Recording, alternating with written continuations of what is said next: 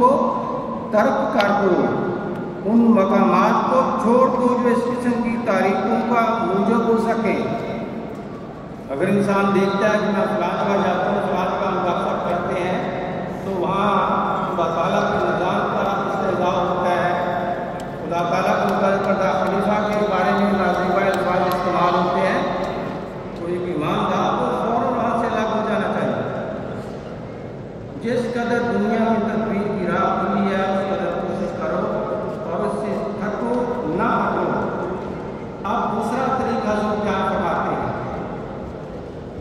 دوسرا طریقہ حقیقی پاکیزگی حاصل کرنے اور خاتمہ بالخیر کے لیے جو خدا تعالیٰ نے سکھایا ہے وہ دعا ہے۔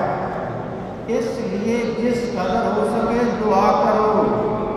یہ طریق بھی اعلیٰ درجہ کا مجرب و مفید ہے۔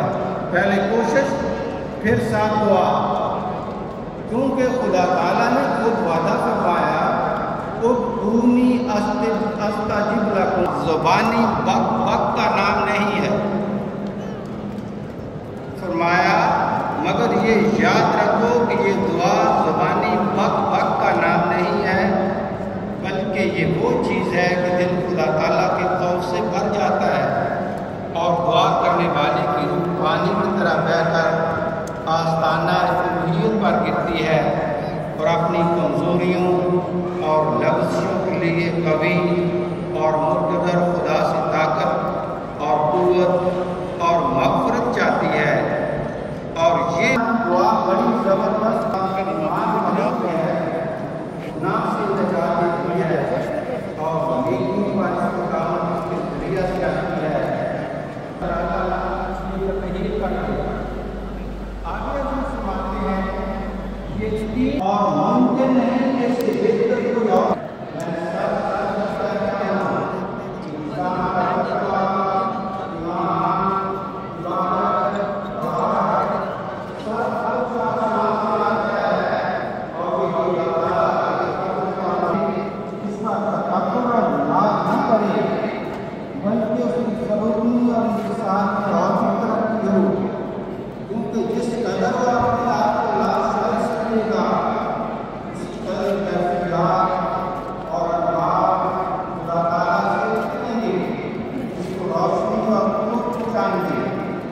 اگر انسان یہ عقیدہ رکھے گا تو امید ہے کہ اللہ تعالیٰ کے فضل سے اس کی اخلاقی حالت عمدہ ہو جائے گی۔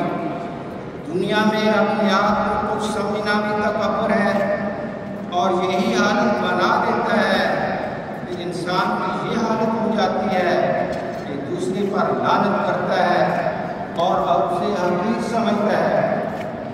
میں یہ سب باتیں بار بار اس لیے کہتا ہوں، کھانا میں پائی نہیں جاتی، اسے دوبارہ قائم کریں۔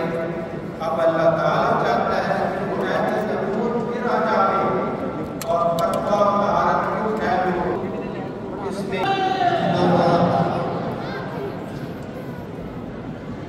اعوذ باللہ من الشیطان الرجیم، بسم اللہ الرحمن الرحیم۔